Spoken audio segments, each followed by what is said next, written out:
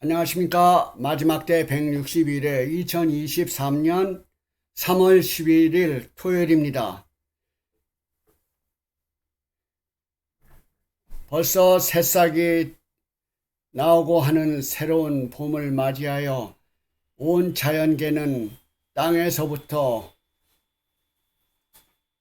햇볕을 향해서 솟아오르곤 하는 이 봄철을 맞이하여 우리 많은 사람들도 새로운 봄을 기다리는 듯 희망을 갖는 듯 합니다. 그러나 우리 주위에는 전쟁으로 인하여 하루에도 수백 명, 수천 명 이상씩 죽어가는 우크라이나 사태와 러시아를 생각해 볼 때 그 생명의 존엄성이 얼마나 귀한지를 우리는 새삼 느껴야 할 판에도 불구하고 서로 민족 간의 전쟁을 하고 있는 이 시점에 우리는 다시 한번 우리의 인간의 존엄성을 생각해 보아야 할 때라고 생각이 됩니다. 이 어지러운 세상에 우리는 희망과 무엇이 우리를 유익을 가져다 주는지를 깊이 생각해 보아야 할 때가 아닌가 생각이 됩니다. 그리하여 오늘은 성경의 계시록 21장에 나오는 새 하늘과 새 땅이라는 주제로 말씀을 드리려고 합니다. 우리가 그동안 예언을 통해서 이 세상의 종교 지도자들과 또한 교회를 상징한 그 순결한 교회는 또한 음녀를 상징하는 그 여인을 가리켜서 두 가지로 우리는 상징적인 의미를 살펴보았습니다. 그래서 이 세상에 거짓된 종교와 함께 음녀가 마지막 멸망하는 최후의 장면을 우리는 보았습니다. 또한 짐승이와 사단이 또한 하느님에 의해서 그 마지막 최후의 불행을 우리는 살펴보았습니다. 그리하여 이제 산 성도들이 하늘에 올라가게 될 테인데 예수님께서 재림을 하심으로써 종결된 상태로 이어가는 것 같습니다마는 아직도 새하늘과 새 땅은 재창조가 되지 않은 이 현실에 오늘은 새하늘과 새 땅이 어떻게 변화가 될 것인가를 우리는 성경을 통해서 살펴보게 되겠습니다. 그러면 처음에 계시록 21장 1절부터 보겠습니다.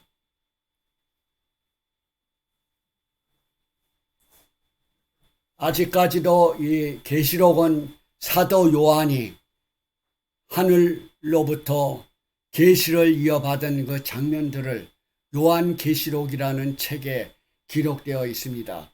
그래서 이 사도 요한은 반모섬에서 귀양살이를 하면서 로마 제국에 의해서 귀양살이를 하면서 글로 유배된 상태에서 이 계시를 본 것을 마지막 순간을 사도 요한은 보게 된 것입니다.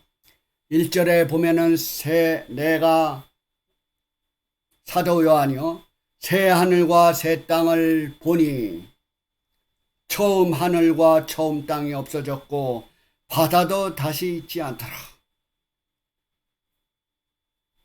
내가 또 봄에 거룩한 성 새 예루살렘이 하나님께로부터 하늘에서 내려오니 그 예비한 신부와 남편을 위하여 단장한 것 같더라. 이렇게 새 하늘과 새 땅을 표현을 했습니다. 여기에 보면은 새 하늘과 새 땅이 바로 거룩한 성 새 예루살렘이고 거룩한 성 새 예루살렘에 신부와 남편을 위하여 단장한 것 같이 아름답게 보였다는 얘기죠. 이것은 이렇게 사도 요한은 표현을 했습니다.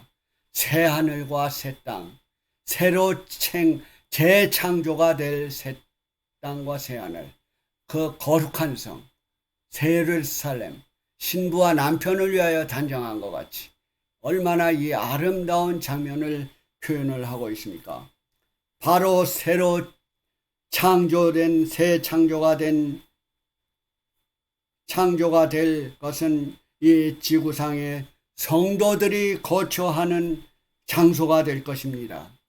바로 지구 중심이 될 것이면서 이 새 예루살렘을 보내주신다는 얘기입니다. 아름답고 영원히 지속될 이 새 예루살렘인 것입니다. 그동안 이스라엘 백성들을 통하여 그 예루살렘의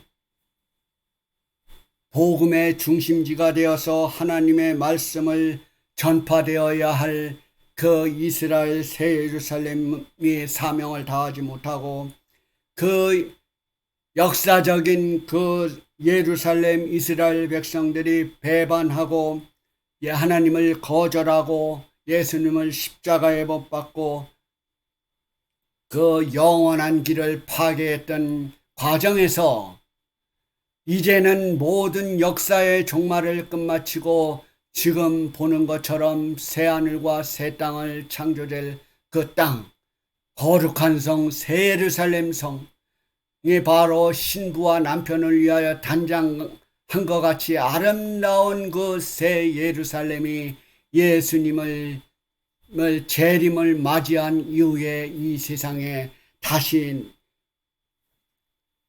내려오겠다고 하는 이 말씀은 얼마나 기쁜 소식이 되지 않습니까? 21장 3절에는 또 이렇게 나와 있어요. 내가 들으니 보좌에서 큰 음성이 나서 가로되 보라, 하나님의 장막이 사람들과 함께 있음에 하나님이 저희와 함께 거하시리니. 바로 이것은 우리 백성들에게, 구원 얻을 백성들에게 무슨 축복의 일을 보여주고 있는 것입니다. 보라, 하나님의 장막, 하나님의 그 처소와 함께 있음에 얼마나 기쁜 상황입니까? 하나님이 저희와 함께 거하시리니 저희는 하나님의 백성이 되고 하나님은 저희와 함께 계셔서 모든 눈물을 눈에서 씻기심에 다시 사망이 없고 애통하는 것이나 곡하는 것이 없고 아픈 것이 다시 있지 아니하리니 처음 것들이 다 지나갔습니다. 이렇게 자연계뿐만이 아니라 변화된 인간 삶의 패턴이 달라져 있음을 말하고 있습니다. 바로 이 사도 요한은 좀 부정적인 인간 사회에서 느꼈던 애처로운 말을 표현을 했죠. 사망과 애통하는 것, 곡하는 것, 아픈 것, 얼마나 우리 인간에게 불안을 가져오는 일입니까? 이런 것들을 다 해방되어서 우리는 새하늘과 새 땅을 에서 영원히 살게 될 것입니다. 바로 그 하나님께서 또한 그 선언의 말씀은 21장 5절로 6절에 보면은 보좌에 앉으신 이가 바로 하나님께서시죠. 보라, 내가 만물을 새롭게 하느라.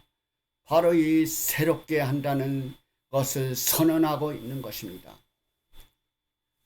질적으로나 또한 시간적으로나 실제적으로 우리를 그 땅에 거하시게 하고 만물을 모두 새롭게 한다는 말씀. 이루었도다 라고 하는 것은 7장에서도 천사가 일곱 천사가 이루었도다고 할 때 그 마지막 순간을 얘기하고 있는 것이죠. 모든 게 이루어지고 모든 예언이 성취되고 모든 것들이 끝났다는 것입니다. 이루었도다. 바로 그가 알파와 오메가라 라고 하는 것은 처음과 나중이라. 내가 생명수 샘물로 목마른 자에게 값없이 주리라. 아무 대가 없이 우리에게 이런 구원의 소망과 생명을 주시겠다고 하는 마지막 선언의 말씀을 하시는 것입니다. 또한 우리가 하늘나라에 살 수 있는 그 새 예루살렘에 임하실 때에 그 같은 희망의 선언을 하고 계시는 것이죠. 이것은 누구나 다 우리가 원하면은 생명수 샘물을 마실 수 있다는 것입니다. 바로 22장 7절로 8절에도 이기는 자는 이것들을 유업으로 얻으리라. 나는 저의 하나님이 되고 그는 내 아들이 되리라. 바로 우리의 아버지가 하나님이 되실 때 얼마나 마음이 든든합니까? 그러나 두려워하는 자들과 믿지 않은 자들은 흉악자들과 살인자들과 행함자들과 술객들과 우상숭배자들과 모든 거짓말하는 자들은 불과 유황으로 타는 못에 참여하리니 이것이 둘째 사망이라. 바로 둘째 사망은 이와 같이 비극적인 것입니다. 그러나 우리는 첫째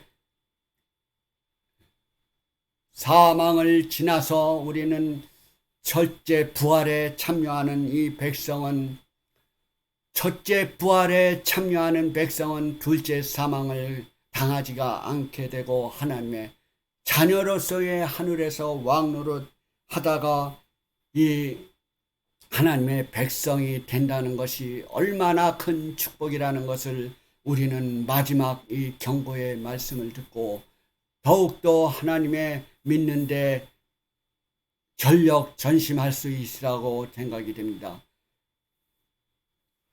이기는 자는 영원한 운명은 바로 하나님을 믿느냐 믿지 않고 거절하느냐에 달려 있습니다. 그럼으로써 이 순간 우리가 하나님의 말씀에 순종하느냐 안 하느냐가 미래의 이정표를 가름하는 일입니다. 바로 이 순간이 얼마나 중요한 순간이라는 것을 우리는 느껴야 될 줄로 믿습니다. 다음에 보면은 어린 양의 아내는 바로 누가 될 것인가? 21장 9절로 11절에 보면은 일곱 대접을 가진 그 마지막 일곱 재앙을 담은 일곱 천사 중에 하나가 마지막 때의 그 천사 하나가 또 내게 말하여 가로되 요한에게 말하여 가로되 계속 요한에게 계시를 전달해 주고 있는 장면입니다. 요한을 통해서 이리로 오라. 내가 신부 곧 어린 양의 아내를 내게 보이리라. 성령으로 나를 데리고 높은 산으로 올라가서 하나님께로부터 하늘에서 내려오는 거룩한 성 새 예루살렘을 보이니 하나님의 영광이 있음에 바로 이 신부와 어린 양의 아내가 바로 누굴까요? 바로 내게 보이리니 그것이 거룩한 성 새 예루살렘을 보이니 그게 바로 신부와 어린 양의 아내로 표현을 한 것입니다. 바로 이 거룩한 성 새 예루살렘에 거할 백성은 바로 살아서 또한 부활해서 하늘 백성에 가담할 거룩한 백성들이 있기 때문에 그 새 예루살렘 자체가 하나님의 신부인 어린 양의 아내가 되며 거룩한 백성이 되는 것입니다. 바로 그곳에 건물뿐만 아니라 그곳에 거룩한 그 백성이 있기 때문에 그게 바로 하나님의 어린 양의 아내를 표현을 하고 있습니다. 그 아름다움을 또 거룩한 성 새 예루살렘 아름다운 성을 표현하듯이 하나님의 영광이 있음에 더욱더 그 성의 빛이 지극히 귀한 보석 같고 백옥 수정같이 막더라, 이렇게 표현을 했습니다. 바로 이 새 예루살렘, 바로 그곳에 있는 백성, 하나님의 영광이 있기 때문에 인간의 그 아름다운 표현을 제한되어 있다고 생각을 합니다. 인간의 부르짖는 그 귀한 보석, 다이아몬드, 그 이상 더 표현할 수 있는 어구를 찾기 어렵습니다. 성 자체가 중요한 것이 아니고 그 성 안에 있는 구원받은 백성들이 있기 때문에 신부가 되는 것입니다. 그 다음에 새 예루살렘의 그 모습을 보면은 사실은 이 성경의 그 아름다운 새 하늘과 새 땅, 새 예루살렘을 표현하기란 인간의 언어로서는 상상하지 못할 정도로 표현하기가 너무 없습니다. 그러나 이 요한은 그 인간의 언어로 그 들은 것을 표현을 해서 최선의 아름다움을 표현하려고 애를 쓴 장면을 보게 됩니다. 그 새 예루살렘 성의 그 아름다운 모습, 인간의 표현으로서 사도 요한이 본 장면은 바로 그 12문, 그 성에는 12문이 있는데 그 또한 성곽은 또 벽옥, 우리가 상상하지 못할 그 보석들의 이름들이 수없이 많이 나오는데요. 인간이 표현할 수 있는 그 보석들, 바로 그 12기초석 벽옥, 성곽은 벽옥으로 되어 있는데 그 성곽은 12기초석으로 되어 있습니다. 그런데 우리 인간의 보석으로서 귀중성을 더하기 위해서 요한은 벽옥, 남보석, 옥수, 녹보석, 홍만호, 홍보석, 황옥, 또한 노곡, 다망옥, 비치옥, 청옥, 자정, 이런 보석들 저 자신도 이런 것을 구분하기가 정말 모르는 입장이 더 가까우리라고 봅니다.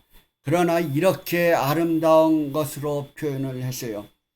또한 12문이 있고 12지파의 이름이 쓰여져 있고 그런 것들이 있다는 것은 하나님의 구원받은 백성들이 그 문으로 자유롭게 출입하며 거룩한 것을 암시하고 있습니다. 그 성곽은 12기초석이 있는데 어린 양의 12사도의 12이름이 또 있고, 또한 그 성의 크기는 정사각형인데 장광고가 같은 12,000 스타디온이라고 합니다. 바로 이 장광고가 같다고 하는 것은 헬라어로 표현을 한다면 조화롭다, 균형기다라는 뜻입니다.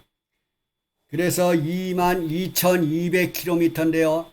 12,000 스타디온은 2,200km인데 이것은 한 면의 길이가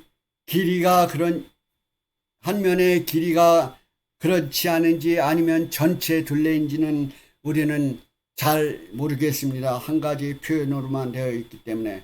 또한 성곽은 144m인데 64m인데 두께가 64m이도 아니고 또한 그 높이가 64m인지 그거는 구분이 좀 안 되어 있습니다. 이것은 바로 우리가 상상을 초월할 수 있는 엄청난 크기를 표현하고 있는 것 같습니다. 12문은 12진주로 되어 있고 성의 길은 그 성의 그 도로 길이 바로 맑은 유리 같은 정금으로 되어 있다고 표현을 했습니다. 바로 이 아름다움을 사도 요한도 표현하는 데 제한이 되어 있었을 것 같습니다. 이 영감의 글을 보면은 바로 이 아름다움을 이렇게 표현을 했습니다. 영감의 글 중에 각 시대의 대쟁투 647페이지에 674페이지에 보면은 이렇게 그 아름다움을 표현한 것을 제가 참고로 말씀을 드리겠습니다. 성경은 구원 얻은 자의 유업을 본향이라고 부른다. 그곳에서 하늘의 목자 그리스도께서는 당신의 양 무리를 생명수 샘으로 인도하신다. 생명나무는 달마다 그 열매를 맺고 그 잎사귀는 만국을 소생하기 위하여 있다. 흘러 다함이 없는 같은 수정같이 맑고 그 강가에 있는 나무들은 구속받은 주님의 백성들을 위하여 준비된 길 위에 그 그림자를 던지고 있다. 넓은 평원이 아름다운 언덕으로 둘러싸여 있고 하나님의 산들은 높은 봉우리들을 뻗고 있다. 이 평화로운 평원에서 이 생명 강가에서 오랫동안 순례자와 방랑자로 살아온 하나님의 사랑하는 백성들은 그들이 거할 집을 발견하게 된다. 이와 같이 영감의 글에서는 표현을 하고 있습니다.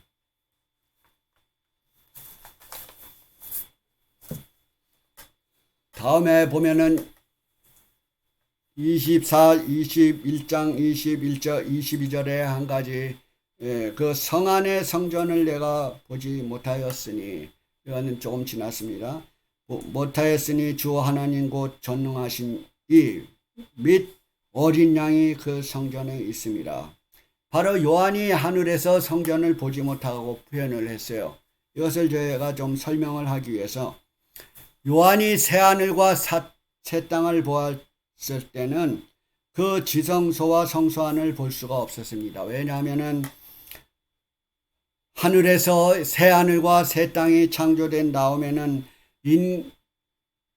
우리가 성소 제도를 통해서 보았을 때는 금촛대와 그런 떡상과 향기와 향단을 볼 수 없었죠. 그러나 이제 새하늘과 새 땅을 인간이 구원 얻기 위하여 잠시 이 땅에 하늘에 왔을 때는 그 역할이 끝났다는 얘기입니다. 그래서 요한은 하늘에서 그런 성전의 모습을 보지 못하고 대신 하나님의 전능하신 이와 어린 양의 그 성전이심을 깨닫게 되었습니다. 21장 23절로 25절에 보면은 그 성에는 해와 달의 비침이 쓸데없으니 이는 하나님의 영광이 비치고 어린 양의 그 등이 되심이라. 만국이 그 빛 가운데로 다니고 땅의 왕들이 자기 영광을 가지고 그리로 들어오리라. 성문들을 낮에 도무지 닫지 아니리 거기는 밤이 없음이라. 바로 새 예루살렘과 새 땅에는 이와 같이 우리가 이 세상에서 느껴보진 못한 일들을 보게 됩니다. 그곳에는 바로 인간 사회에 필요한 해, 달의 그 빛은 필요하지만은 하나님의 영광이 직접 비치고 있는 그 새하늘과 새 땅에는 그 해와 달의 비침이 쓸데없고 그거보다 더 밝은 빛이 비치기 때문에 그러한 발광체는 필요 없게 되는 것이죠.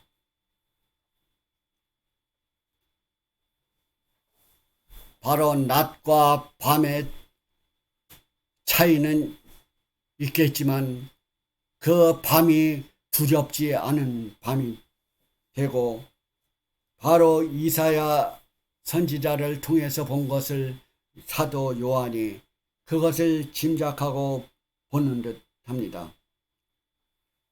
21장 26절로 27절에는 사람들이 만국의 영광과 존귀를 가지고 그리로 들어오겠고, 무엇이든지 속된 것이나 가증한 일, 거짓말하는 자는 결코 그리로 들어오지 못하되 오직 어린 양의 생명책에 기록된 자들 뿐만 그곳에 올 수 있다는 것입니다. 여기에 나오는 땅의 왕들이 자기 영광을 가지고 그리로 들어오리라. 또한 그 밑에 사람들이 만국의 영광과 존귀를 가지고 그리로 들어오겠다 라고 하는 것은 지상에서 구원 얻은 하나님의 참 백성이 하늘에서 영광을 누릴 것을 말을 하고 있습니다. 바로 베드로전서에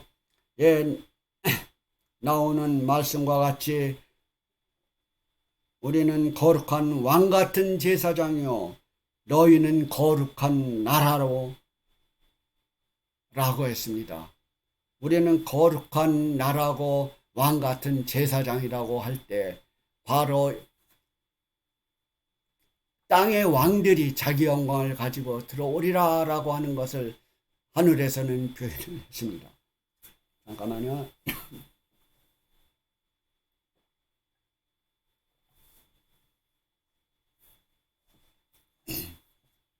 이와 같이 새하늘과 새 땅을 우리는 인간이 표현한 말로 가지고, 사도 요한이 표현한 말을 가지고 우리는 이 새하늘과 새 땅을 짐작해 봅니다.